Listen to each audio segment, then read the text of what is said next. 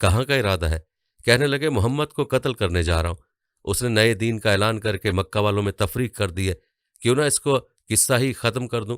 بنو زہرہ سے تعلق رکھنے والے شخص نے کہا کہ عمر، اگر تم نے ایسا کیا تو کیا بنو ہاشم و بنو زہرہ تم سے انتقام نہیں لیں گے؟ کہنے لگے لگتا ہے کہ تم بھی اس نئے دین میں شامل ہو چکے ہو۔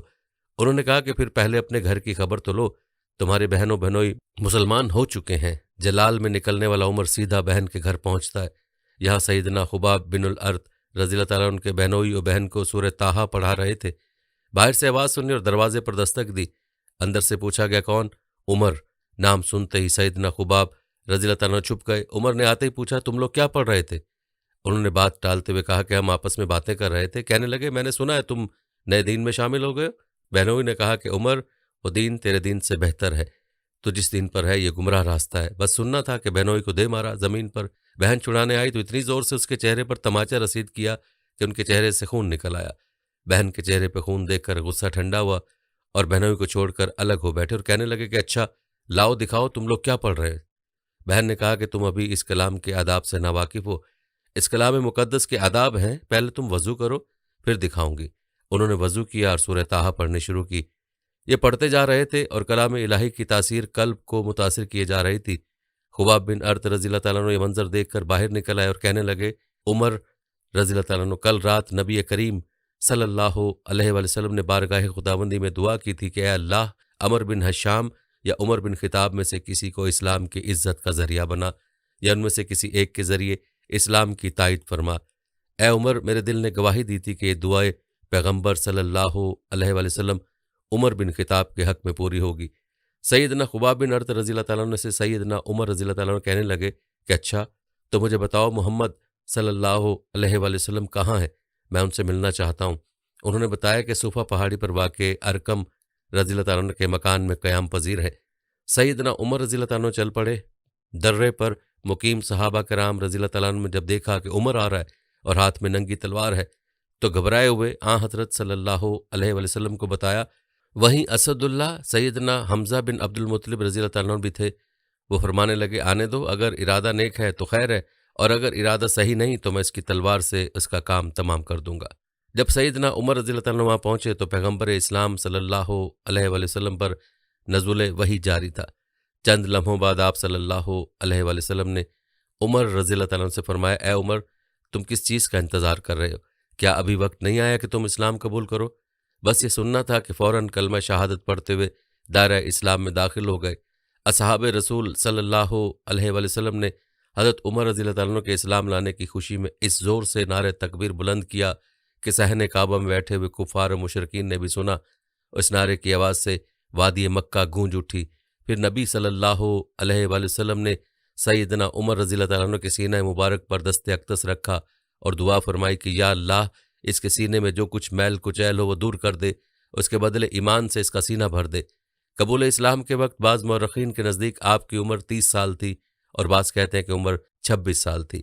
مصر کے ایک بہت بڑے عالم مفسر قرآن نے عجیب جملہ کہا ہے کہ حقیقت یہ ہے کہ عمر رضی اللہ تعالیٰ عنہ اسی گھڑی پیدا ہوئے اور یہیں سے ان کی تاریخی زندگی کا آغاز ہوا۔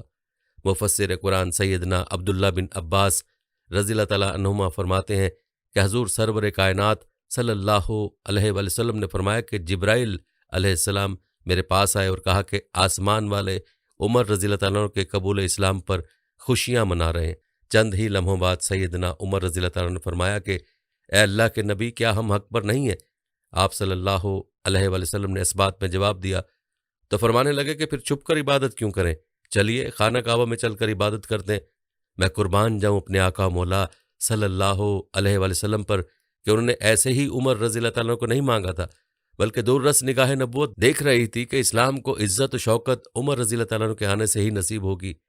حضور اکرم صلی اللہ علیہ وآلہ وسلم نے صحابہ کرام رضی اللہ عنہم کو 2 صفوں میں تقسیم کیا۔ ایک صف کے آگے سیدنا حمزہ رضی اللہ تعالیٰ عنہ چل رہے تھے اور دوسری صف کے آگے مراد رسول صلی اللہ علیہ وآلہ وسلم پیغمبر اسلام صلی اللہ علیہ وآلہ وسلم کے لیے عطائے خداوندی یعنی سیدنا عمر فاروق رضی اللہ تعالیٰ عنہ چل رہے تھے۔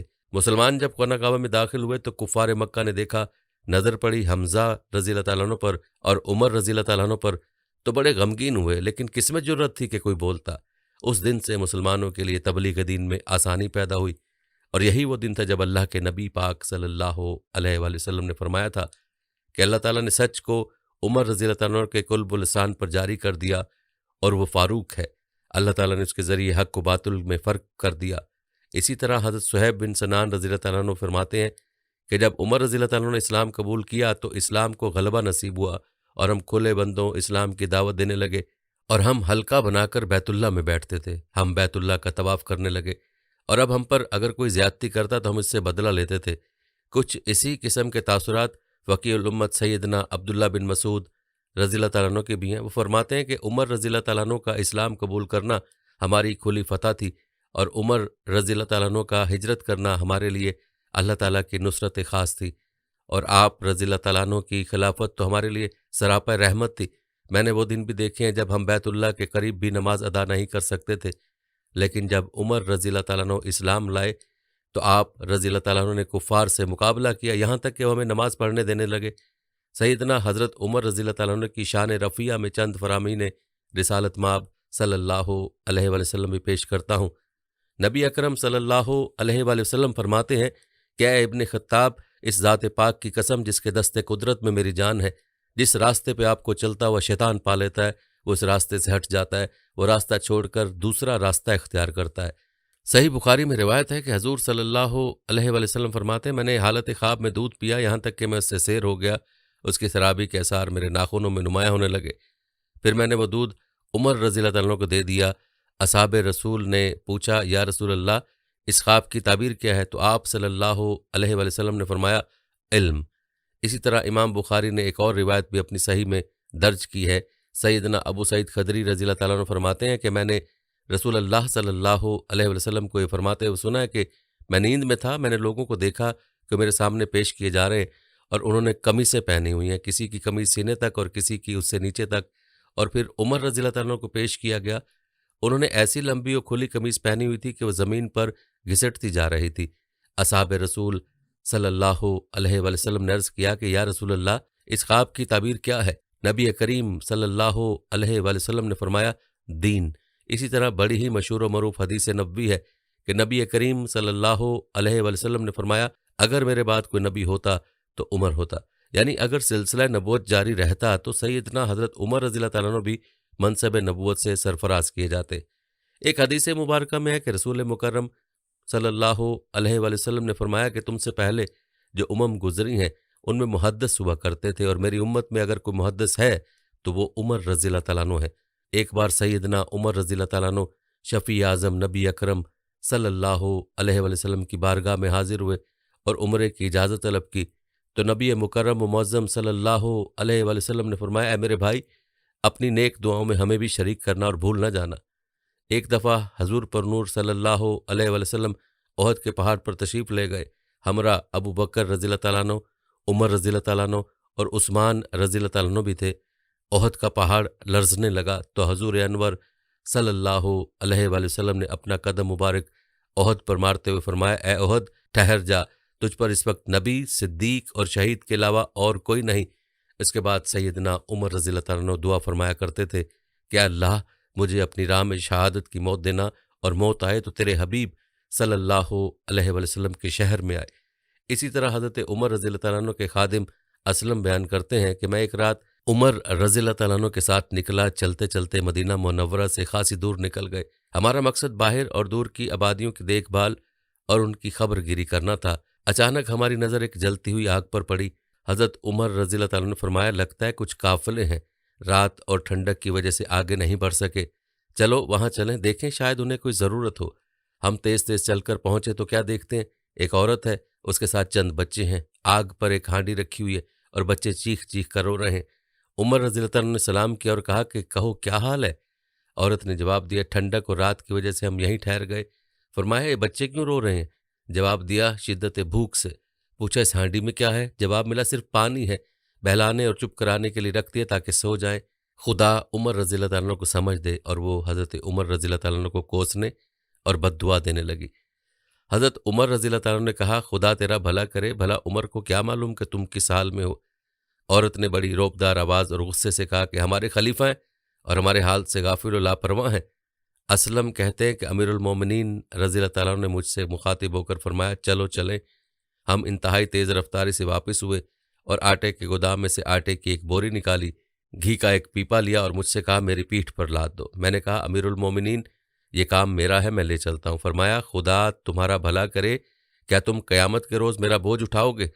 یہ خلیفہ دوم رضی اللہ تعالیٰ عنہ ہیں جن کے نام سے روم و فارس کی سلطنتیں لرز اٹھتی ہیں۔ دیکھیے وہ اپنی پیٹھ پر آٹے کی بوری اور گھی کا پیپا لادے ہوئے اس پردیسی عورت اور بچوں کے خیمے میں پہنچے۔ بوری رکھ کر تھوڑا سا آٹا نکالا، عورت سے کہا کہ میں ابھی کھانا تیار کیے دیتا ہوں۔ اسی ہانڈی کے نیچے آگ پھونک پھونک کر جلانا شروع کی۔ اسلم کہتے ہیں کہ امیر المومنین کی داڑھی بڑی اور گھنی تھی، میں دیکھ رہا تھا کہ دھواں داڑھی کے اندر سے نکل کر فضا میں گم ہو جاتا ہے۔ کھانا خود ہی تیار کیا اور ہانڈی اتاری، عورت سے برتن مانگا، وہ ایک بڑا برتن لے آئی، آپ نے ہانڈی سے برتن میں نکال دیا، پھر فرمانے لگے بچوں کو کھلاؤ، میں کھانا ٹھنڈا کرتا رہوں گا۔ کھانا ٹھنڈا کر کے دیتے رہے یہاں تک کہ بچے شکم سیر ہو گئے۔ جو کھانا بچا اس عورت کو دیا اور واپسی کے لیے کھڑے ہو گئے۔ اسلم کہتے ہیں کہ جب امیر المومنین رخصت ہونے لگے تو عورت کہنے لگی اللہ تعالیٰ تم کو نیک بدلہ دے، خلافت کے لائق تو تم تھے نہ کہ امیر المومنین۔ آپ نے فرمایا دعائے خیر کرو، صبح امیر المومنین کے پاس آنا، وہاں تم مجھے پاؤ گی اور انشاءاللہ تمہارے گزارے کے لیے بھی بہتر فیصلہ کیا جائے گا۔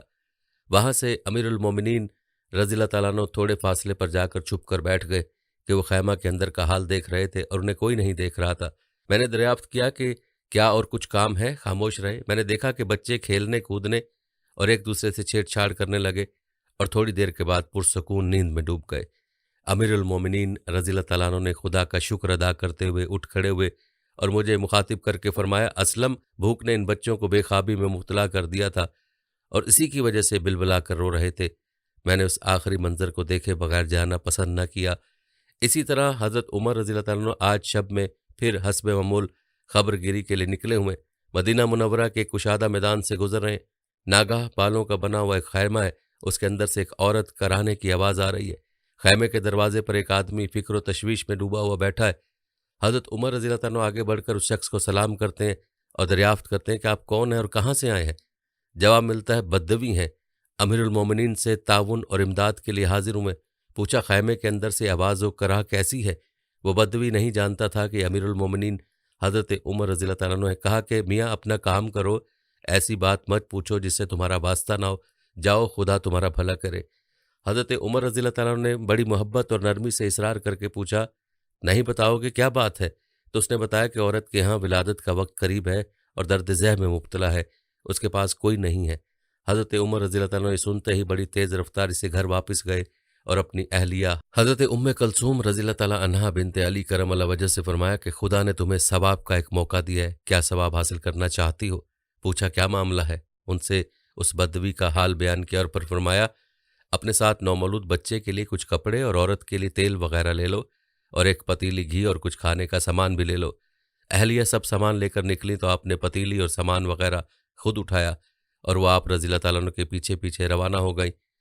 بدوی کے خیمے پر پہنچی، بیوی اندر داخل ہو گئی اور خود بدوی کے پاس بیٹھ کر آگ جلانے اور کھانا پکانے لگے۔ بدوی بیٹھا ہوا دیکھتا رہا، اسے یہ علم نہ تھا کہ یہ کون ہے۔ تھوڑی دیر کے بعد حضرت عمر رضی اللہ تعالیٰ عنہ کی اہلیہ نے آواز دی کہ امیر المومنین اپنے دوست کو لڑکے کی مبارکباد دے دیجیے۔ بدوی یہ سنتے ہی سناٹے میں آ گیا اور لرز کر دور جا کھڑا ہوا۔ حضرت عمر رضی اللہ تعالیٰ عنہ نے فرمایا کہ اپنی جگہ پر بیٹھو اور گھبراؤ نہیں۔ پتیلی اٹھا کر اپنی بیوی کو دی اور کہا کہ عورت کو کھلا پلا دو۔ جب وہ کھا چکی تو امیر المومنین نے بدوی کے سپرد کی اور فرمایا کہ لو کھا لو اور آرام کر لو، تم رات بھر جاگتے رہے اور بے آرام رہے۔ امیر المومنین رضی اللہ تعالیٰ عنہ کی اہلیہ خیمے سے نکلیں تو آپ رضی اللہ تعالیٰ عنہ واپس ہونے لگے۔ اس بدوی کو سلام کیا اور فرمایا کل ہمارے پاس آنا، ہم تمہارے ساتھ تعاون کریں گے۔ جب وہ شخص امیر المومنین کی خدمت میں حاضر ہوا تو انہوں نے اس کے بچے اور اس کے لیے وظیفہ مقرر فرما دیا۔ معزز خواتین و حضرات، سیدنا فاروق اعظم رضی اللہ تعالیٰ عنہ بے شمار خصائل و فضائل کا مجموعہ تھے۔ معاشرتی، سیاسی، سماجی اور مذہبی لحاظ سے ایک مکمل قائد اور رہنما تھے۔ ان کی قائدانہ صلاحیتیں حکمرانوں کے لیے عظیم نمونہ ہیں۔ انداز حکمرانی اگر سیکھنے ہوں تو سیرت و کردار فاروقی کا مطالعہ انتہائی ضروری ہے۔ آج کے دور میں حکمرانوں کو جو سخت اضطراب و افتراب اور انتشار کے دور میں زمام حکومت سنبھالے ہوئے اگر چاہتے ہیں کہ کچھ دیر چین سے حکومت کر لیں تو انہیں حضرت سیدنا فاروق اعظم رضی اللہ تعالیٰ عنہ کے آئین جہانداری کو مشعل راہ بنانا ہوگا۔ دوستو، خلیفہ ثانی سیدنا عمر ابن خطاب رضی اللہ تعالیٰ عنہ کے عہد خلافت میں ایک شخص نے سیدنا عمر ابن خطاب رضی اللہ تعالیٰ عنہ سے شکایت کی کہ اے امیر المومنین، گورنر مصر حضرت عمرو بن العاص کے بیٹے محمد بن عمرو نے میری پشت پر 8 کوڑے مارے ہیں اور کہتا ہے کہ میں گورنر کا بیٹا ہوں۔ خلیفہ دوم نے حکم فرمایا کہ محمد بن عمرو کو گرفتار کر کے لایا جائے اور عمرو بن العاص کو بھی پیش ہونے کا حکم دیا۔ جب محمد بن عمرو کو گرفتار کر کے لایا گیا تو حضرت عمر رضی اللہ تعالیٰ عنہ نے اس آدمی سے کہا کہ گورنر کے بیٹے محمد بن عمرو رضی اللہ تعالیٰ عنہ کی پشت پر 8 کوڑے مارو۔ اس متاثرہ شخص نے گورنر کے بیٹے کی پشت پر کوڑے مارے تو حضرت عمر رضی اللہ تعالیٰ عنہ بن خطاب نے اس آدمی سے کہا کہ اب عمرو بن العاص کی پشت پر بھی 1 کوڑا مارو تاکہ اسے پتہ چلے کہ اس کا بیٹا کیا کرتا ہے۔ اس پر اس آدمی نے کہا کہ اے امیر المومنین، عمرو بن العاص نے تو مجھے کوئی کوڑا نہیں مارا، لہٰذا میں انہیں معاف کرتا ہوں۔ اس کے بعد خلیفہ دوم عوام کے جمع غفیر کے سامنے گورنر مصر حضرت عمرو بن العاص سے مخاطب ہوئے اور فرمایا، اے عمرو بن العاص رضی اللہ تعالیٰ عنہ، تمہیں کیا ہو گیا؟ لوگوں کو تم نے کب سے اپنا غلام بنانا شروع کر دیا ہے، حالانکہ ان کی ماؤں نے انہیں آزاد جنا تھا۔ ایک جرمنی کی پارسی لڑکی اس واقعے کی وجہ سے حضرت عمر بن خطاب سے اس قدر متاثر ہوئی کہ اس نے سیرت سیدنا عمر رضی اللہ تعالیٰ عنہ پر 7,000 انگریزی کی کتب جمع کی اور ایک انٹرنیشنل لائبریری بنائی۔ اس نے ایک بین الاقوامی سیمینار منعقد کیا جس میں 1,000 دنیا کے بڑے دانشوروں نے شرکت کی۔ اس نے مقالہ پیش کیا جس میں اعتراف کیا گیا کہ انسانی حقوق سب سے بڑا علم بردار سیدنا عمر بن خطاب رضی اللہ تعالیٰ عنہ ہے، کیونکہ حضرت عمر رضی اللہ تعالیٰ عنہ نے انسانوں کو تمام بنیادی حقوق دیے، اور آپ رضی اللہ تعالیٰ عنہ کے ان الفاظ، اے عمرو بن العاص رضی اللہ تعالیٰ عنہ، تمہیں کیا ہو گیا؟ لوگوں کو تم نے کب سے اپنا غلام بنانا شروع کر دیا ہے، نے مجھے سب سے زیادہ متاثر کیا۔ حضرت عمر سے متعلق دوستو یہ قصہ بھی تاریخ میں بیان ہوا ہے کہ اہل شام میں ایک بڑا باروب اور قوی شخص تھا، اور وہ امیر المومنین حضرت عمر رضی اللہ تعالیٰ عنہ کی خدمت میں آیا کرتا تھا۔ ایک دفعہ وہ کافی دن نہ آیا تو حضرت عمر رضی اللہ تعالیٰ عنہ نے لوگوں سے اس کا حال پوچھا۔ لوگوں نے کہا، امیر المومنین اس کا حال نہ پوچھیں، وہ تو شراب میں مست رہنے لگ گیا ہے۔ حضرت عمر رضی اللہ تعالیٰ عنہ نے اپنے منشی کو بلایا اور کہا کہ اس کے نام ایک خط لکھو۔ آپ نے خط میں لکھوایا، من جانب عمر بن خطاب بنام فلاں بن فلاں، السلام علیکم، میں تمہارے لیے اس اللہ کی حمد پیش کرتا ہوں جس کے سوا کوئی معبود نہیں۔ وہ گناہوں کو معاف کرنے والا، توبہ کو قبول کرنے والا، سخت عذاب دینے والا اور بڑی قدرت والا ہے۔ اس کے سوا کوئی معبود نہیں ہے اور ہمیں اس کی طرف لوٹ کر جانا ہے۔ پھر حاضرین مجلس سے کہا کہ اپنے بھائی کے لیے سب مل کر دعا کرو کہ اللہ تعالیٰ اس کے قلب کو پھیر دے اور اس کی توبہ کو قبول فرمائے۔ سب نے مل کر دعا کی۔ حضرت عمر رضی اللہ تعالیٰ نے وہ خط قاصد کو دیا اور کہا کہ یہ خط اسے اس وقت دینا جب وہ نشے میں نہ ہو، اس کے سوا کسی کو نہ دینا۔ جب اس کے پاس حضرت عمر رضی اللہ تعالیٰ عنہ کا خط پہنچا تو اس نے پڑھا اور بار بار ان کلمات کو پڑھتا رہا اور غور کرتا رہا کہ اس میں مجھے سزا سے بھی ڈرایا گیا ہے اور معاف کرنے کا وعدہ بھی یاد دلایا گیا ہے۔ وہ خط پڑھ کر رونے لگا اور شراب نوشی سے توبہ کر لی اور ایسی توبہ کی کہ پھر کبھی شراب کے پاس نہ گیا۔ حضرت عمر رضی اللہ تعالیٰ عنہ کو جب اس کی توبہ کی خبر ملی تو لوگوں سے فرمایا کہ ایسے معاملات میں تم لوگوں کو ایسے ہی کرنا چاہیے کہ جب کوئی بھائی کسی لغزش میں مبتلا ہو جائے تو اس کو درستی پر لانے کی فکر کرو، اس کو اللہ کی رحمت کا بھروسہ دلاؤ اور اللہ سے اس کے لیے دعا کرو تاکہ وہ توبہ کر لے، اور تم اس کے مقابلے پر شیطان کے مددگار نہ بنو، یعنی اس کو برا بھلا کہہ کر یا غصہ دلا کر دین سے دور کر دو گے تو شیطان کی مدد ہوگی۔ یہاں پر ناظرین خلیفہ دوم حضرت عمر رضی اللہ تعالیٰ عنہ کی چند کرامات بھی آپ کے ساتھ شیئر کرتے ہیں۔ روایت میں ایک واقعہ ملتا ہے کہ امیر المومنین حضرت فاروق اعظم رضی اللہ تعالیٰ عنہ نے حضرت ساریہ رضی اللہ تعالیٰ عنہ کو ایک لشکر کا سپہ سالار بنا کر نہاوند کی سرزمین میں جہاد کے لیے روانہ فرما دیا۔ آپ رضی اللہ تعالیٰ عنہ جہاد میں مصروف تھے کہ ایک دن حضرت عمر رضی اللہ تعالیٰ عنہ نے مسجد نبوی کے ممبر پر خطبہ پڑھتے ہوئے ناگہاں یہ ارشاد فرمایا، یا ساریۃ الجبل، یعنی اے ساریہ، پہاڑ کی طرف اپنی پیٹھ کر لو۔ حاضرین مسجد حیران رہ گئے کہ حضرت ساریہ رضی اللہ تعالیٰ عنہ تو مدینہ منورہ سے سینکڑوں میل کی دوری پر سرزمین نہاوند میں مصروف جہاد ہیں، آج امیر المومنین نے انہیں کیوں کر اور کیسے پکارا؟ یہ عقد اس وقت کھلا جب نہاوند سے جب حضرت ساریہ رضی اللہ تعالیٰ عنہ کا قاصد آیا اور اس نے یہ خبر دی کہ میدان جنگ میں جب کفار سے مقابلہ ہوا تو ہم کو شکست ہونے لگی۔ اتنے میں ناگہاں ایک چیخنے والے کی آواز آئی جو چلا کر یہ کہہ رہا تھا، یا ساریۃ الجبل، کہ اے ساریہ، تم پہاڑ کی طرف اپنی پیٹھ کر لو۔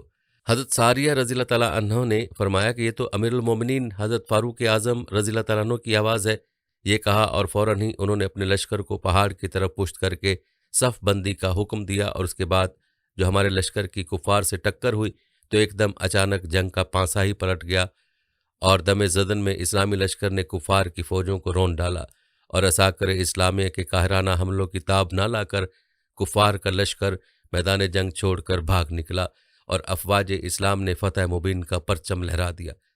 دوسری کرامت امیر المومنین کی خط کی ہے۔ واقعہ یوں ہے کہ امیر المومنین حضرت عمر فاروق رضی اللہ تعالیٰ عنہ کی دور خلافت میں ایک مرتبہ مصر کا دریائے نیل خشک ہو گیا۔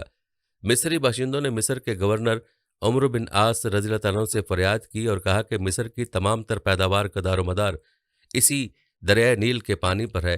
اے امیر، اب تک ہمارا یہ دستور رہا ہے کہ جب کبھی بھی یہ دریا سوکھ جاتا تھا تو ہم لوگ ایک خوبصورت کنواری لڑکی کو اس دریا میں زندہ دفن کر کے دریا کی بھینٹ چڑھایا کرتے تھے۔ اس عمل کے نتیجے میں دریا جاری ہو جایا کرتا تھا۔ اب ہم کیا کریں؟ گورنر نے جواب دیا کہ ارحم الراحمین اور رحمت للعالمین کا رحمت بھرا دین اسلام ہرگز کبھی بھی اس بے رحمی اور ظالمانہ فعل کی اجازت نہیں دے سکتا، لہٰذا تم لوگ انتظار کرو، میں دربار خلافت میں خط لکھ کر دریافت کرتا ہوں، وہاں سے جو حکم ملے گا ہم اس پر عمل کریں گے۔ چنانچہ ایک قاصد گورنر کا خط لے کر مدینہ منورہ دربار خلافت میں حاضر ہوا۔ امیر المومنین نے گورنر کا خط پڑھ کر دریائے نیل کے نام ایک خط تحریر فرمایا، جس کا مضمون یہ تھا: اے دریائے نیل، اگر تو خود بخود جاری ہوا کرتا تھا تو ہم کو تیری کوئی ضرورت نہیں، اور اگر تو اللہ کے حکم سے جاری ہوتا تھا تو پھر اللہ تعالیٰ کے حکم سے اب بھی پہلے کی طرح جاری ہو جا۔ امیر المومنین رضی اللہ تعالیٰ عنہ نے اس خط کو قاصد کے حوالے فرما دیا اور حکم دیا کہ میرے اس خط کو دریائے نیل میں دفن کر دیا جائے۔ چنانچہ آپ کے فرمان کے مطابق گورنر مصر نے اس خط کو دریائے نیل کی خشک ریت میں دفن کر دیا۔ اللہ تعالیٰ کی شان کہ جیسے ہی امیر المومنین رضی اللہ تعالیٰ عنہ کا خط دریا میں دفن کیا گیا، فوراً ہی دریا جاری ہو گیا اور اس کے بعد پھر کبھی خشک نہیں ہوا۔ تیسری کرامت چادر دیکھ کر آگ بجھنے کی ہے۔ واقعہ یوں ہے کہ آپ رضی اللہ تعالیٰ عنہ کی خلافت کے دور میں ایک مرتبہ ناگہاں ایک پہاڑ کے غار سے ایک بہت ہی خطرناک آگ نمودار ہوئی، جس نے آس پاس کی تمام چیزوں کو جلا کر راکھ کا ڈھیر بنا دیا۔ جب لوگوں نے دربار خلافت میں فریاد کی تو امیر المومنین رضی اللہ تعالیٰ عنہ نے حضرت تمیم داری رضی اللہ تعالیٰ عنہ کو اپنی چادر مبارک عطا فرمائی اور ارشاد فرمایا کہ تم میری یہ چادر لے کر آگ کے پاس چلے جاؤ۔ چنانچہ حضرت تمیم داری رضی اللہ تعالیٰ عنہ اس مقدس چادر کو لے کر روانہ ہو گئے، اور جیسے ہی آگ کے قریب پہنچے تو دیکھنے والوں نے عجیب منظر دیکھا کہ یکا یک وہ آگ بجھنے اور پیچھے ہٹنے لگی، یہاں تک کہ وہ غار کے اندر چلی گئی، اور جب یہ چادر لے کر غار کے اندر داخل ہو گئے تو آگ بالکل ہی بجھ گئی اور پھر کبھی بھی ظاہر نہیں ہوئی۔ چوتھی کرامت امیر المومنین رضی اللہ تعالیٰ عنہ کی حفاظت کے لیے دو غیبی شیر نمودار ہونے کی ہے۔ واقعہ اس طرح ہے کہ بادشاہ روم کا بھیجا ہوا ایک اجمی کافر حضرت امیر المومنین رضی اللہ تعالیٰ عنہ کے قتل کے ناپاک ارادے سے مدینہ منورہ آیا اور لوگوں سے حضرت عمر رضی اللہ تعالیٰ عنہ کا پتہ پوچھا۔ لوگوں نے بتایا کہ وہ دوپہر کو کھجور کے باغوں میں شہر سے کچھ دور کیلولہ فرماتے ہوئے تم کو ملیں گے۔ یہ اجمی کافر ڈھونڈتے ڈھونڈتے آپ کے پاس پہنچ گیا تو دیکھا کہ آپ اپنا چمڑے کا درہ اپنے سر کے نیچے رکھ کر زمین پر گہری نیند سو رہے۔ اجمی کافر اس ارادے سے تلوار کو نیام سے نکال کر آگے بڑھا کہ ان کو قتل کر کے بھاگ جائے، مگر وہ جیسے ہی آگے بڑھا اچانک دو شیر منہ پھاڑے ہوئے اس پر حملہ کرنے کے لیے اس کی طرف لپکے۔ یہ خوفناک منظر دیکھ کر وہ خوف و دہشت سے بلبلا کر چیخ پڑا۔ اس کی چیخ کی آواز سے امیر المومنین بیدار ہو گئے۔ دیکھا کہ اجمی کافر ننگی تلوار ہاتھ میں لیے ہوئے تھر تھر کانپ رہا ہے۔ آپ رضی اللہ تعالیٰ نے اس کی چیخ اور دہشت کا سبب دریافت فرمایا تو اس نے سچ مچ سارا واقعہ بیان کر دیا اور پھر بلند آواز سے کلمہ پڑھ کر مشرف بے اسلام ہو گیا۔ پانچویں کرامت قبر مبارک میں بدن سلامت اور تر و تازہ ہونے کی ہے۔ واقعہ یہ بیان کیا جاتا ہے کہ ولید بن عبد الملک اموی کے دور حکومت میں جب روضہ منورہ کی دیوار گر پڑی اور بادشاہ کے حکم سے تعمیر جدید کے لیے بنیاد کھودی گئی تو ناگہاں بنیاد میں ایک پاؤں نظر آیا۔ لوگ گھبرا گئے اور سب نے یہی خیال کیا کہ یہ حضور نبی اکرم صلی اللہ علیہ وسلم کا پیر مبارک ہے، لیکن جب عروہ بن زبیر نے دیکھا تو پہچانا، پھر قسم کھا کر فرمایا یہ حضور انور صلی اللہ علیہ وسلم کا پیر مبارک نہیں بلکہ امیر المومنین حضرت عمر رضی اللہ تعالیٰ عنہ کا قدم شریف ہے۔ اتنا عرصہ بیت جانے کے باوجود وہ پیر بالکل صحیح سلامت اور تر و تازہ تھا، جیسے کسی زندہ انسان کا پیر ہو۔ چھٹی کرامت فراست سے قاتل عثمان رضی اللہ تعالیٰ عنہ اور علی رضی اللہ تعالیٰ عنہ کے برسہ برس پہلے شناخت کی ہے۔ کہا جاتا ہے کہ عبداللہ بن مسلمہ کہتے ہیں کہ ہمارے قبیلہ کا ایک وفد امیر المومنین حضرت عمر رضی اللہ تعالیٰ عنہ کی بارگاہ خلافت میں آیا تو اس جماعت میں اشتر نقی نام کا ایک شخص بھی تھا۔ امیر المومنین رضی اللہ تعالیٰ عنہ اس کو سر سے پیر تک بار بار گرم گرم نگاہوں سے دیکھتے رہے۔ پھر مجھ سے دریافت فرمایا کہ یہ شخص تمہارے ہی قبیلے کا ہے؟ میں نے کہا جی ہاں۔ اس وقت آپ رضی اللہ تعالیٰ عنہ نے فرمایا اللہ تعالیٰ اس کو غارت کرے، اس کے شر و فساد سے اس امت کو محفوظ رکھے۔ امیر المومنین رضی اللہ تعالیٰ عنہ کی اس بد دعا کے 20 برس بعد جب باغیوں نے حضرت عثمان غنی رضی اللہ تعالیٰ عنہ کو شہید کیا تو یہی اشتر نقی ملعون اس باغی گروہ کا ایک بہت بڑا لیڈر تھا۔ اسی طرح ایک مرتبہ حضرت عمر رضی اللہ تعالیٰ عنہ ملک شام کے کفار سے جہاد کرنے کے لیے لشکر بھرتی فرما رہے تھے۔ اچانک لوگوں کی ایک ٹولی آپ کے سامنے آئی۔ آپ رضی اللہ تعالیٰ عنہ نے انتہائی کراہت کے ساتھ ان لوگوں کی طرف سے منہ پھیر لیا۔ پھر دوبارہ یہ لوگ آپ کے روبرو آئے تو آپ نے منہ پھیر کر ان لوگوں کو اسلامی فوج میں بھرتی کرنے سے انکار فرما دیا۔ لوگ آپ رضی اللہ تعالیٰ عنہ کے اس طرز عمل سے انتہائی حیران تھے، لیکن آخر میں راز کھلا کہ اس ٹولی میں اسود تجیبی بھی تھا، جس نے اس واقعے سے 20 برس بعد حضرت عثمان غنی رضی اللہ تعالیٰ عنہ کو اپنی تلوار سے شہید کیا۔ اس ٹولی میں عبد الرحمن بن ملجم مرادی بھی تھا، جس نے اس واقعے سے تقریباً 26 برس کے بعد حضرت علی رضی اللہ تعالیٰ عنہ کو اپنی تلوار سے شہید کر ڈالا۔ پیارے دوستو، حضرت عمر نے اسلام کو پوری دنیا میں پھیلایا، جو مراد نبی تھے، جن کے اسلام لانے نے مسلمانوں اور اسلام کو نصرت اور مدد دی، جن کے اسلام کے بعد نماز اور دیگر اسلامی ارکان سرعام ادا کیے جانے لگے، جن کی حیات ہمارے لیے نمونہ ہے اور رہتی دنیا کے لیے اللہ اور رسول کی اطاعت کی کامل مثال ہے۔ یہی وہ لوگ ہیں جن کے بارے میں کہا گیا میرے صحابہ ستاروں کی مانند ہیں، جس کی بھی اتباع کرو گے فلاح پا جاؤ گے۔ عزیز ناظرین، ہمیں انہی کی حیات سے سبق سیکھتے ہوئے زندگی کو کامل بندگی میں ڈھالنے کی کوشش کرنی چاہیے کہ یہی لوگ ہدایت اور فلاح پر ہیں۔ ناظرین، حضرت عمر بن خطاب رضی اللہ تعالیٰ عنہ نے غزوات نبوی میں بھی شرکت کی۔ جیسا کہ مدینہ میں سب سے پہلا مارکہ بدر کا پیش آیا، عمر اس مارکے میں رائے، تدبر، جان بازی اور پامردی کے لحاظ سے ہر موقع پر رسول اللہ صلی اللہ علیہ وآلہ وسلم کے دست و بازو رہے۔ عاص بن حشام ابن مغیرہ جو رشتے میں ان کا ماموں ہوتا تھا، خود ان کے خنجر خار اشگاف سے واصل جہنم ہوا۔ یہ بات عمر کی خصوصیات میں سے ہے کہ اسلام کے مقابلے میں قرابت و محبت کے تعلقات سے مطلقاً متاثر نہیں ہوتے تھے۔ آپ کے ہاتھوں عاص کا قتل اس کی روشن مثال ہے۔ بدر کا میدان مسلمانوں کے ہاتھ رہا۔ غزوہ احد کے بعد 3 ہجری میں حضرت عمر کو یہ شرف حاصل ہوا کہ ان کی جو صاحبزادی حضرت حفصہ رضی اللہ تعالیٰ عنہ ہیں، ان کے شوہر احد میں شہید ہوئے تو آپ کی بیٹی رسول اللہ صلی اللہ علیہ وآلہ وسلم کی خواہش پر نبی کریم کے نکاح میں آئی۔ 4 ہجری بنو نذیر کو ان کی بدعہدی کے باعث مدینہ سے جلا وطن کیا گیا۔ اس واقعے میں بھی حضرت عمر رضی اللہ تعالیٰ عنہ شریک رہے۔ 5 ہجری میں غزوہ خندق پیش آیا۔ حضور صلی اللہ علیہ وآلہ وسلم نے مدینہ سے باہر نکل کر خندق تیار کرائی۔ 10,000 کفار نے خندق کا محاصرہ کیا۔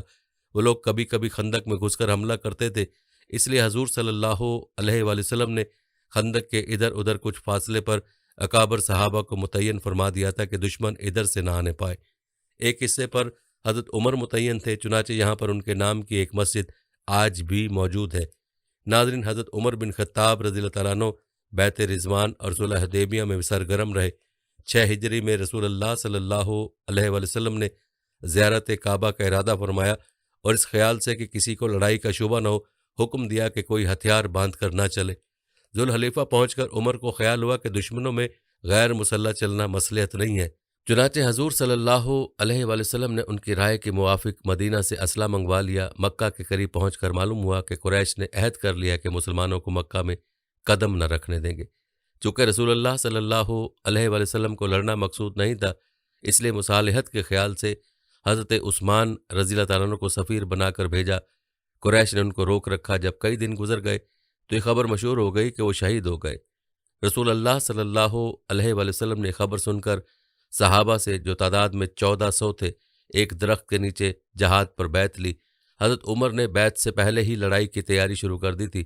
ہتھیار سج رہے تھے کہ خبر ملی حضور صلی اللہ علیہ وآلہ وسلم بیعت لے رہے ہیں۔ اسی وقت بارگاہ نبوت میں حاضر ہوئے اور جہاد کے لیے دست اقدس پر بیعت کی۔ عمر کی غیور طبیعت ان شرائط سے نہایت مضطرب ہوئی اور خود سرور کائنات صلی اللہ علیہ وآلہ وسلم کے دربار میں حاضر ہو کر دریافت کیا کہ جب ہم حق پر ہیں تو باطل سے اس قدر دب کر کیوں صلح کرتے ہیں؟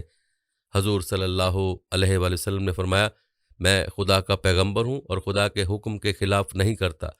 اس کے بعد حضرت ابو بکر سے بھی یہی گفتگو کی۔ انہوں نے بھی یہی جواب دیا۔ غرض معاہدہ صلح لکھا گیا، عمر نے بھی اس پر اپنے دستخط ثبت کیے۔ رسول اللہ صلی اللہ علیہ وآلہ وسلم نے مدینہ کا قصد کیا، راہ میں سورہ فتح نازل ہوئی۔ حضرت صلی اللہ علیہ وآلہ وسلم نے حضرت عمر کو بلا کر یہ سورت سنائی اور فرمایا کہ آج ایسی سورت نازل ہوئی ہے جو مجھ کو دنیا کی تمام چیزوں سے زیادہ محبوب ہے۔ ناظرین، اس کے بعد فتح مکہ کا واقعہ رونما ہوا۔ حضور صلی اللہ علیہ وآلہ وسلم اور قریش کے درمیان میں حدیبیہ میں جو معاہدہ ہوا، خیبر کے بعد قریش نے اس کو توڑ دیا۔ ابو سفیان نے پیش بندی کے خیال سے مدینہ آ کر عذر خواہی کی، لیکن رسول اللہ صلی اللہ علیہ وآلہ وسلم خاموش رہے، اس لیے وہ اٹھ کر حضرت ابو بکر رضی اللہ تعالیٰ عنہ اور پھر عمر کے پاس گیا کہ وہ اس معاملے کو طے کرا دیں۔ عمر نے سختی سے جواب دیا کہ وہ بالکل نامید ہو گیا۔ غرض نقض عہد کے باعث حضرت صلی اللہ علیہ وآلہ وسلم نے 10,000 مجاہدین کے ساتھ رمضان 8 ہجری میں مکہ کا قصد فرمایا۔ قریش میں مقابلے کی طاقت نہ تھی، اس لیے انہوں نے کوئی مزاحمت نہ کی اور حضرت صلی اللہ علیہ وآلہ وسلم نہایت جاہ و جلال کے ساتھ مکہ میں فاتحانہ داخل ہوئے۔ فتح مکہ کے بعد اسی سال حوازن کی لڑائی پیش آئی جو غزوہ حنین کے نام سے مشہور ہے۔ عمر اس جنگ میں بھی نہایت ثابت قدمی اور پامردی کے ساتھ شریک کارزار رہے۔ پھر 9 ہجری میں یہ خبر مشہور ہوئی کہ قیصر روم عرب پر حملہ آور ہونا چاہتا ہے۔ حضرت صلی اللہ علیہ وآلہ وسلم نے تمام صحابہ کو تیاری کا حکم دیا اور جنگی تیاریوں کے لیے زر و مال سے اعانت کی ترغیب دلائی۔ اکثر صحابہ نے بڑی بڑی رقمیں پیش کیں۔ عمر نے اس موقع پر اپنے تمام مال و املاک کا آدھا حصہ لا کر حضرت صلی اللہ علیہ وآلہ وسلم کی خدمت میں پیش کیا۔ 10 ہجری میں حضرت صلی اللہ علیہ وآلہ وسلم حجۃ الوداع کے لیے تشریف لے گئے۔ حضرت عمر رضی اللہ تعالیٰ عنہ بھی ہم رکاب تھے۔ اس حج سے واپس آنے کے بعد ابتدا ماہ ربیع الاول دوشنبہ کے دن حضور انور صلی اللہ علیہ وآلہ وسلم بیمار ہو گئے اور 10 روز کی مختصر علالت کے بعد 12 ربیع الاول دوشنبہ کے دن دوپہر کے وقت آپ کا وصال ہو گیا۔ عام روایت یہ ہے کہ عمر نے از خود رفتہ ہو کر مسجد نبوی صلی اللہ علیہ وآلہ وسلم میں اعلان کیا کہ جو شخص یہ کہے گا کہ حضرت صلی اللہ علیہ وآلہ وسلم نے وفات پائی، اس کو قتل کر ڈالوں گا۔ شاید اس میں یہ بھی مصلحت ہو کہ منافقین کو فتنہ پردازی کا موقع نہ ملے۔ پھر بھی فتنہ ثقیفہ بنی سعدہ کھڑا ہو ہی گیا۔ اگر عمر اور حضرت ابو بکر صدیق وقت پر پہنچ کر اپنی عقل سے اس گتھی کو نہ سلجھاتے تو کیا عجب تھا کہ یہی فتنہ شمع اسلام کو ہمیشہ کے لیے گل کر دیتا۔ لیکن انصار کے ساتھ بہت بحث و مباحثے کے بعد حضرت عمر رضی اللہ تعالیٰ عنہ نے حضرت ابو بکر صدیق رضی اللہ تعالیٰ عنہ کے ہاتھ پر بیعت کر لی اور اس کے بعد اور لوگوں نے بیعت کی۔ حضرت ابو بکر صدیق رضی اللہ تعالیٰ عنہ کی خلافت صرف 2.25 برس رہی۔ حضرت ابو بکر رضی اللہ تعالیٰ عنہ نے 63 سال کی عمر میں اواخر جمادی الثانیہ دوشنبہ کے روز وفات پائی اور ان کے عہد میں جس قدر بڑے بڑے کام انجام پائے، سب میں عمر شریک رہے۔ قرآن شریف کی تدوین کا کام خاص ان کے مشورے اور اصرار سے عمل میں آیا۔ غرض حضرت ابو بکر رضی اللہ تعالیٰ عنہ کو اپنے عہد خلافت میں تجربہ ہو چکا تھا کہ منصب خلافت کے لیے عمر فاروق سے زیادہ کوئی شخص موزوں نہیں ہو سکتا۔ چنانچہ انہوں نے وفات کے قریب اکابر صحابہ سے مشورے کے بعد ان کو اپنے بعد خلیفہ نامزد کیا اور آئندہ کے لیے مفید مؤثر نصیحتیں کیں جو عمر کے لیے نہایت عمدہ دستور العمل ثابت ہوئیں۔ جب حضرت عمر فاروق رضی اللہ تعالیٰ عنہ مسند آرائے خلافت ہوئے، خلیفہ سابق کے عہد میں مدعیان نبوت، مرتدین عرب اور منکرین زکوٰۃ کا خاتمہ ہو کر فتوحات ملکی کا آغاز ہو چکا تھا۔ یعنی 12 ہجری میں عراق پر لشکر کشی ہوئی اور ہیرا کی تمام اضلاع فتح ہو گئے۔ اسی طرح 13 ہجری میں شام پر حملہ ہوا اور اسلامی فوجیں سرحدی اضلاع میں پھیل گئیں۔ ان مہمات کا آغاز ہی تھا کہ خلیفہ وقت نے انتقال کیا۔ حضرت عمر رضی اللہ تعالیٰ عنہ نے عنان حکومت ہاتھ میں لی تو خلیفہ اول کی وصیت کے مطابق ان کا سب سے اہم فرض انہی مہمات کو تکمیل تک پہنچانا تھا۔ حضرت عمر نے مجدہ فتح سنا تو اسی وقت سجدے میں گر کر خدا کا شکر ادا کیا۔ فتح یرموک کے بعد اسلامی فوجیں تمام اطراف ملک میں پھیل گئیں اور کنسرین، انطاکیہ، جوما، سرمین، توزی، کورس، تلقرار، ولوک، ریان وغیرہ چھوٹے چھوٹے مقامات نہایت آسانی کے ساتھ فتح ہو گئے۔ اس کے بعد اب باری تھی بیت المقدس فتح کرنے کی، تو فلسطین کی مہم پر حضرت عمرو بن العاص رضی اللہ تعالیٰ عنہ مامور ہوئے تھے۔ انہوں نے نابلس، لد، امواس، بیت جبرین وغیرہ پر قبضہ کر کے 6 ہجری میں بیت المقدس کا محاصرہ کیا۔ اس اثنا میں حضرت ابو عبیدہ رضی اللہ تعالیٰ عنہ بھی اس مہم سے فارغ ہو کر ان سے مل گئے۔ بیت المقدس کے عیسائیوں نے کچھ دنوں کی مدافعت کے بعد مصالحت پر آمادگی ظاہر کی اور اپنے اطمینان کے لیے یہ خواہش ظاہر کی کہ امیر المومنین خود یہاں آ کر اپنے ہاتھ سے معاہدہ لکھیں۔ عمر کو اس کی خبر دی گئی۔ انہوں نے اکابر صحابہ رضی اللہ تعالیٰ عنہ سے مشورہ کر کے حضرت علی رضی اللہ تعالیٰ عنہ کو نائب مقرر کیا اور رجب 16 ہجری میں مدینہ سے روانہ ہوئے۔ حضرت عمر رضی اللہ تعالیٰ عنہ کے سفر نہایت سادگی سے ہوا۔ مقام جابیہ میں افسروں نے استقبال کیا اور حضرت عمر بن خطاب رضی اللہ تعالیٰ عنہ سے خواہش کی نیا قیمی پوشاک پہن لیں اور اپنا پرانا پوشاک اتار دیں۔ اس پر حضرت عمر بن خطاب رضی اللہ تعالیٰ عنہ نے جواب دیا کہ میری عزت اسلام کی وجہ سے نہ کسی دوسری چیز کی وجہ سے۔ اسی سادہ حالات میں بیت المقدس چلے گئے۔ وہاں دیر تک قیام کر کے بیت المقدس کا معاہدہ صلح ترتیب دیا، پھر وہاں سے روانہ ہو کر بیت المقدس میں داخل ہوئے۔ پہلے مسجد میں تشریف لے گئے، پھر عیسائیوں کے گرجا کی سیر کی۔ نماز کا وقت ہوا تو عیسائیوں نے گرجا میں نماز پڑھنے کی اجازت دی، لیکن حضرت عمر رضی اللہ تعالیٰ عنہ نے اس خیال سے کہ آئندہ نسلیں اس کو حجت قرار دے کر مسیحی معبدوں میں دست اندازی نہ کریں، باہر نکل کر نماز پڑھی۔ بیت المقدس سے واپسی کے وقت عمر نے تمام ملک کا دورہ کیا، سرحدوں کا معائنہ کر کے ملک کی حفاظت کا انتظام کیا اور بخیر و خوبی مدینہ واپس تشریف لائے۔ دوستو، حضرت عمر رعایا کی خبر گیری کے لیے رات کو گشت کرتے۔ ایک بار ملک شام کے سفر پر تھے۔ ایک خیمہ دیکھ کر آپ رضی اللہ تعالیٰ عنہ رکے اور ایک بڑھیا سے اس کا حال پوچھا کہ امیر المومنین عمر رضی اللہ تعالیٰ عنہ کے بارے میں آپ کا کیا خیال ہے؟ بڑھیا نے کہا مجھے اس کے ہاں سے آج تک کچھ نہیں ملا۔ آپ رضی اللہ تعالیٰ عنہ نے فرمایا کہ آپ اتنی دور ویرانے میں رہتی ہیں، عمر کو آپ کے حال کا کیا علم؟ بڑھیا نے جواب دیا اگر ہم جیسے لوگوں کا حال معلوم نہیں تو خلافت کیوں کر رہا ہے؟ یہ سب سن کر آپ رو پڑے۔ بڑھیا نے کہا کہ اگر عمر مجھے 25 دینار دے گا تو میں اس کو معاف کروں گی۔ پھر آپ نے اس کو 25 دینار بھجوائے تو اس نے اللہ سے دعا کی کہ عمر سے میں اب خوش ہوں، عمر کو معاف کر۔ آپ رضی اللہ تعالیٰ عنہ رعایا کی تکلیف پر بہت پریشان ہو جاتے۔ 18 ہجری میں جب عرب میں قحط پڑا تو آپ رضی اللہ تعالیٰ عنہ نے گوشت، مچھلی اور تمام لذائذ اپنے لیے ترک کر دیے۔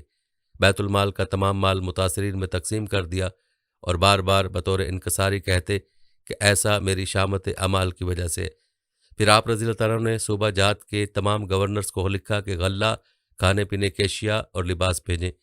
حضرت ابو عبیدہ بن جراح رضی اللہ تعالیٰ عنہ نے شام سے 1000 اونٹ، حضرت عمرو بن العاص رضی اللہ تعالیٰ عنہ نے مصر سے 20 جہاز غلہ بھیجا۔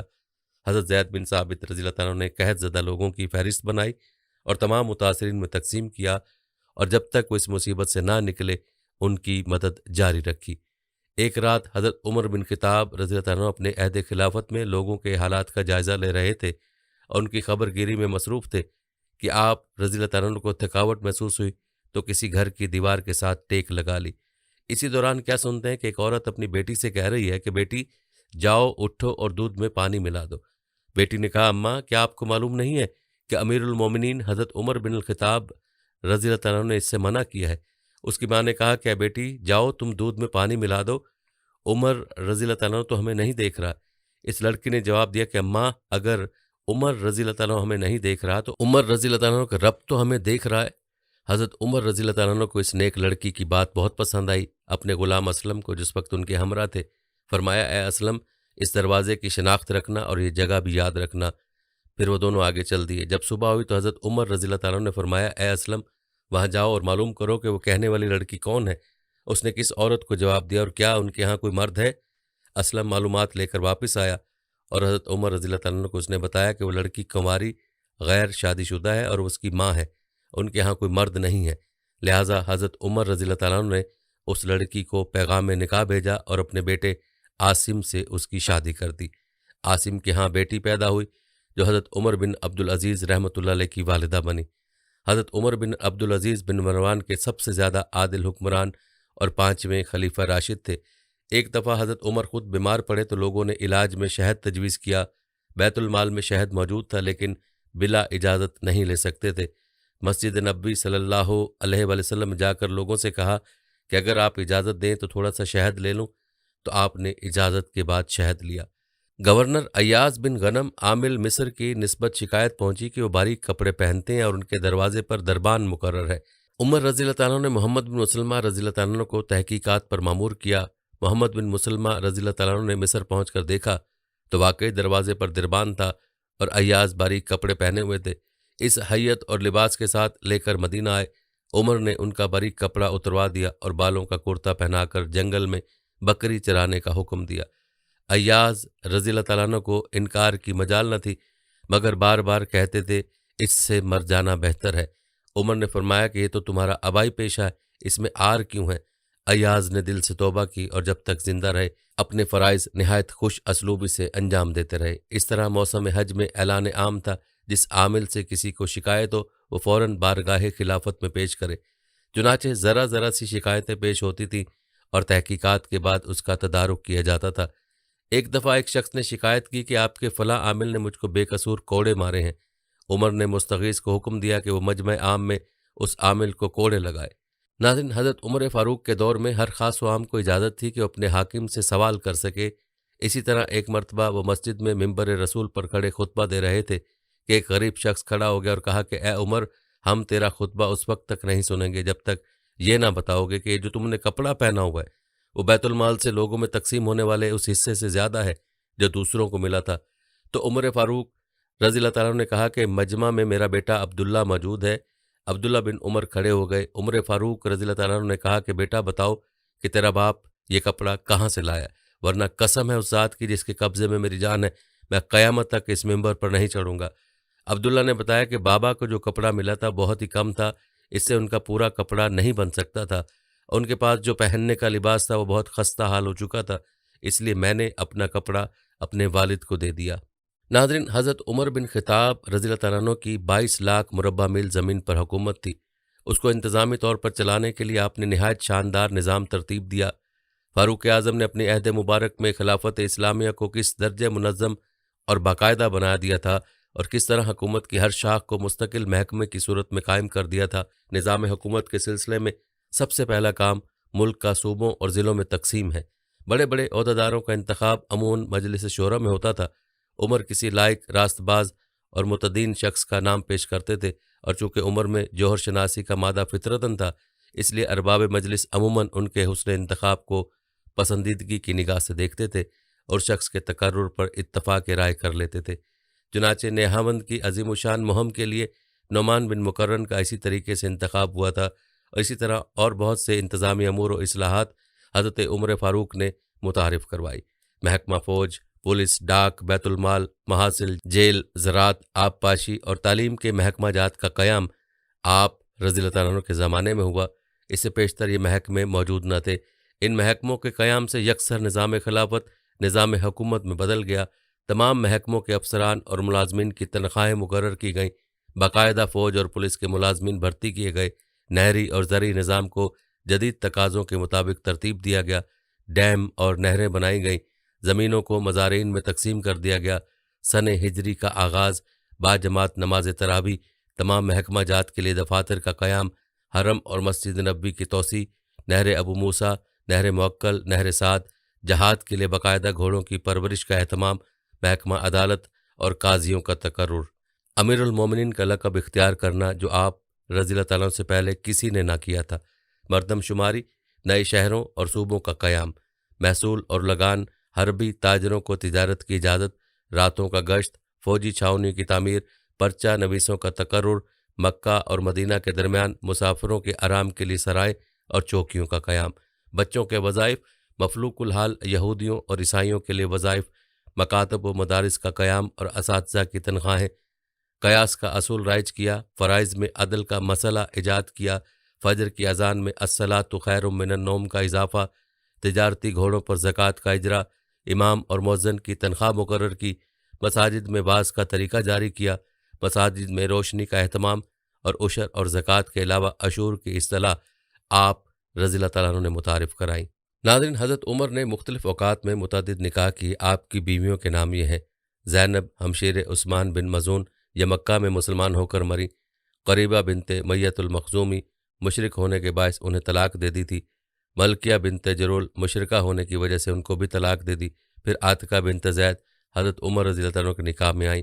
ام کلثوم رسول اللہ صلی اللہ علیہ وسلم کی نواسی اور حضرت فاطمہ رضی اللہ عنہ کی نور دیدہ تھیں۔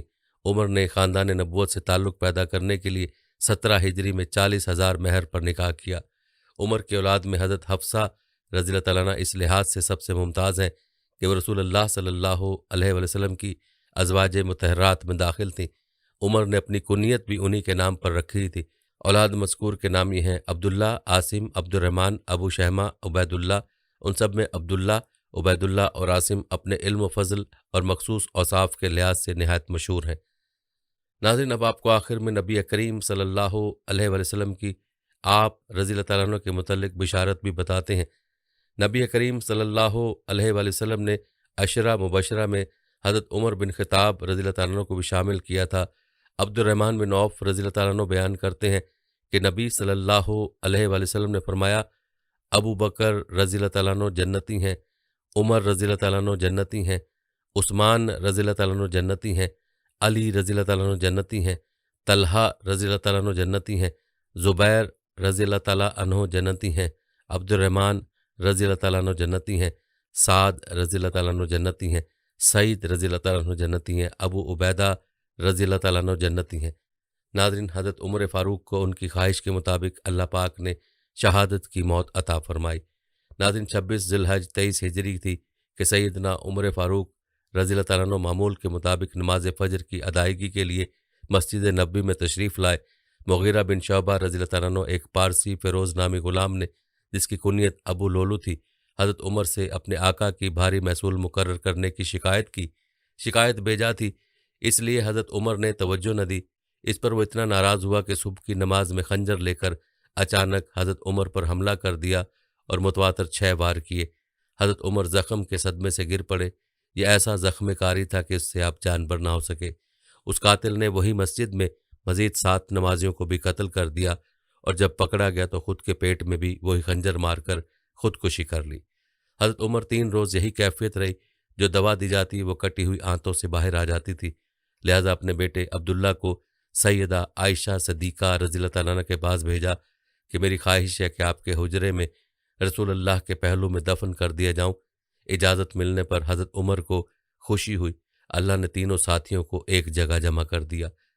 رسول اللہ صلی اللہ علیہ وآلہ وسلم جب بھی کچھ فرماتے تو کہا کرتے تھے، میں نے اور صدیق و فاروق رضی اللہ تعالیٰ نے ایسا کیا، میں ابو بکر اور عمر نکلے، میں ابو بکر اور عمر آئے، یعنی ہر کام میں دونوں کو شریک کیا۔ دنیا اسلام کا سورج فاروق اعظم رضی اللہ تعالیٰ عنہ کی موت و زیست کی اس کشمکش میں یکم محرم کو دائی اجل کو لبیک کہا، اور دنیا میں اس زمین کے حصے میں جسے رسول اللہ صلی اللہ علیہ وآلہ وسلم نے جنت کا ٹکڑا کہا تھا، ریاض الجنہ میں رسول اللہ اور صدیق کے ہمراہ ابدی نیند سو رہے۔ آپ کی نماز جنازہ حضرت صہیب رضی اللہ تعالیٰ نے پڑھائی۔ وفات سے پہلے فرمایا، دیکھو میں مر جاؤں تو میری آنکھیں بند کر دینا اور متوسط درجے کا کفن دینا۔ اگر اللہ کے ہاں میری کچھ بھلائی ہے تو مجھے اس سے بہتر لباس ملے گا، اگر اس کے سوا کچھ اور ہوا تو یہ بھی چھن جائے گا۔ ابن عباس بولے، آپ کو کچھ نہیں ہوگا، آپ امیر المومنین اور سید المومنین ہیں، آپ کتاب اللہ کے مطابق فیصلہ سناتے اور تقسیم میں بھی انصاف کا خیال رکھتے تھے۔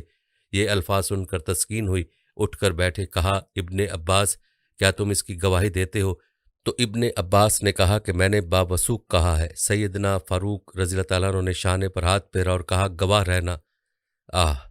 پیارے دوستو، حضرت عمر کی شہادت دنیا اسلام کے لیے عظیم المیہ ہے۔ ہماری دعا ہے کہ اللہ رب العزت حضرت عمر رضی اللہ تعالیٰ عنہ کے درجات عالی کو مزید بلند فرمائے۔ اللہ تعالیٰ ہمارے حکمرانوں کو بھی حضرت عمر کی زندگی سے سبق سیکھنے کی توفیق عطا فرمائے، آمین یا رب العالمین۔ میرے پیارے بھائی اور بہنوں، تو میں امید کرتا ہوں کہ آپ کو آج کی ہماری ویڈیو اچھی لگی ہوگی۔ اگر ویڈیو اچھی لگی ہے تو لائک کریں، شیئر کریں اور ہمارے چینل کو سبسکرائب ضرور کر دیں۔ اس کے ساتھ ہی ہمیں یہاں اجازت دیجیے